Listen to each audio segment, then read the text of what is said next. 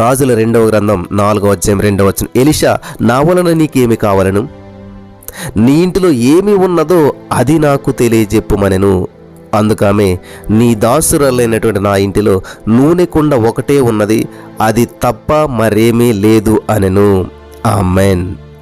స్తోత్రం దేవ సర్వోన్నతుడా. ఈ యొక్క వాక్యాన్ని ధ్యానిస్తూ ఉండగా ప్రతి జీవితంలో ఇది వినిచిన వారి జీవితంలో ఇదే అద్భుతాలు జరుగును గాక నా తండ్రి. ఈ వాక్యం ద్వారా ప్రతి వారు ఆదరించబడదురు గాక, అప్పుల్లో ఉన్నవారు విడుదల పొందుకుందరు గాక, సమస్యల్లో ఉన్నటువంటి వారికి ఈ జీవితం నా తండ్రి ఈ యొక్క వాక్యం వారి జీవితంలో గొప్ప కార్యం చేసేదిగా నువ్వు చేసినందుకు వందనం చెల్లిస్తూ నజరేయుడైన యేసు నామములో ప్రార్థించిన మీ పొందుకుని నమ్మ పరమ తండ్రి. ఆమేన్. హల్లెలూయా. ప్రియులారా, కొన్ని వేల సంవత్సరాల క్రితం మరి ఇది బైబిల్లో జరిగినటువంటి సంఘటన. కానీ నేను ఇప్పుడు చెప్పబోయేటువంటి సంఘటన, ఇదే సంఘటన నిజ జీవితంలో జరిగినటువంటి సంఘటన. ఈ సంఘటన నిజ జీవితంలో జరిగినటువంటి సంఘటన కాబట్టి నిజ సంఘటన మీ ముందుకు తీసుకొస్తూ ఉన్నాను. ఎందుకంటే నీ జీవితంలో కూడా దేవుడు ఇటువంటి కార్యం చేయడానికి ఆయన సిద్ధంగా ఉన్నాడు. ఇక్కడ సేమ్ ఎలాగైతే జరుగుతుందో ఒక సంఘటన, అదేవిధంగా మరి ఒక స్త్రీ జీవితంలో జరుగుతూ ఉంది. ఆమెకు కూడా 2 పిల్లలు. సడన్గా భర్త చనిపోయాడు. కనీసం ఆమె రెంట కట్టలేని పరిస్థితిలో ఉన్నది. కొంచెం మాత్రమే డబ్బులు ఉన్నాయి. ఉన్న ఉద్యోగం పోయింది. అప్పుడు ఒక దైవ సేవకుడు వెళ్ళింది, అయ్యా నా పరిస్థితి ఇలా ఉన్నది, ఏం చేయమంటారంటే, అమ్మ నీ దగ్గర ఏమున్నది అన్నాడంట ఆయన. ఇదిగో లాస్ట్ పే, కొంచెం మాత్రమే చివరి, ఇదిగో ఈ మనీ మాత్రమే ఉన్నది, ఇదిగో ఈ డబ్బులు మాత్రమే ఉన్నాయి, కనీసం రెంట్ కూడా కడతాక సరిపో అని అంటే, అప్పుడు ఆ సేవకుడు చెప్పాడంట, నేను ఏ ఆఫీస్లో అయితే ఉద్యోగం తీశారో, నేను ఎక్కడైతే మరి తీసేస్తారో అక్కడికి నువ్వు వెళ్ళి ఆ డబ్బులతోటి నీకు వచ్చినటువంటి మరి వృత్తి ఏమిటి, నువ్వేం చేయగలుగుతావు అంటే కుకీస్ చేయగలుగుతావు కదా, ఆ కుకీస్ అంటే బిస్కెట్స్ లాంటివి అనమాట, అవి చేసి నీ బాస్కి నీ కంపెనీలో ఉన్న వాళ్ళకి పంచిపెట్టి ఫ్రీగా, ఇది ఫ్రీ అని చెప్పి అదే హోటల్ అందరికీ ఫ్రీగా పంచిపెట్టి వచ్చేసాయి అన్నారంట. దైవసేవుడికి మాటకు లోబడినటువంటి ఆమె తనకు వచ్చినటువంటి ఆ యొక్క కుకీస్ చేయటం వచ్చు కాబట్టి ఆ కుకీస్ చేసి ఆ డబ్బులతోటి మరి ఆ హోటల్లో పనిచేస్తుంది కాబట్టి ఆ హోటల్ అందరికీ, మేనేజర్తో సహా అందరికీ పంచిపెట్టి వచ్చేసిందంట, ఇంటికి వచ్చేసిందంట.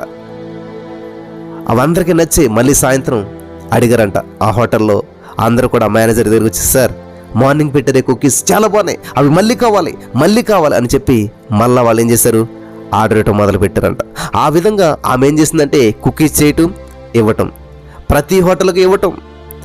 ఏ హోటల్లో ఫేమస్ ఉన్నాయో ఆ ఫేమస్ హోటల్స్లో ఆ యొక్క కుకీస్ ఇవ్వటం ప్రారంభించిందంట. విస్తరించింది, అభివృద్ధి చెందింది. 1 సంవత్సరంలోనే ఆమె ఏం చేసిందంటే ఆ కుకీస్ తయారు చేయటంలో ఎక్స్పర్ట్ అయిపోయింది. 1 సంవత్సరంలోనే ఆ యొక్క వ్యాపారం విస్తరించిపోయింది.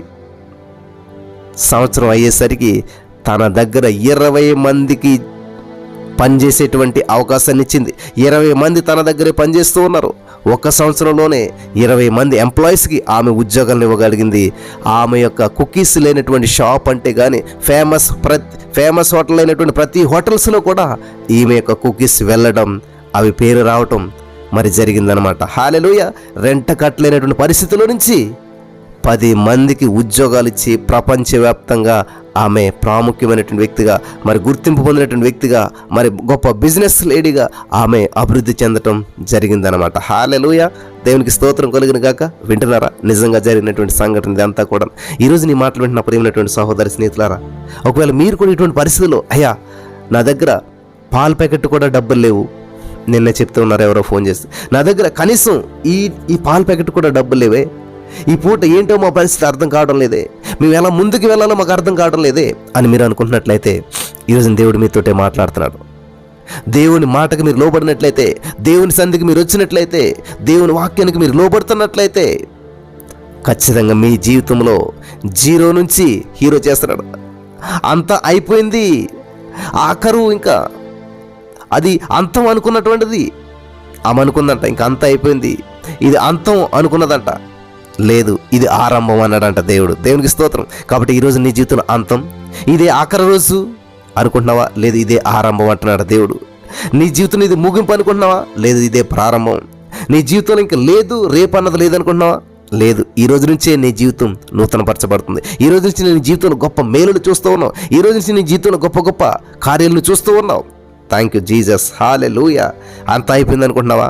ఇంకా నా వల్ల కాదు, ఇంకా నేను సాధించలేను, ఇంకా నేను ఈ సమస్య నుంచి బయటపడలేను, ఇక నా జీవితంలో నేనేది సాధించలేను, అన్ని ద్వారాలు మూసుకుపోయినాయి, ఇంకా చావే నాకు చరణం, చావు తప్ప రెండోదేమీ కనిపించట్లేదని మీరు అనుకుంటున్నారా? అయితే దేవుడు ఈరోజు మీతో మాట్లాడుతున్నాడు. ఒక లేడీని, 2 పిల్లలతో ఉన్నటువంటి లేడీని రెంట కట్టలేని పరిస్థితిలో నుంచి 20 మందికి ఉద్యోగాలు ఇచ్చేటువంటి స్థితిలోకి,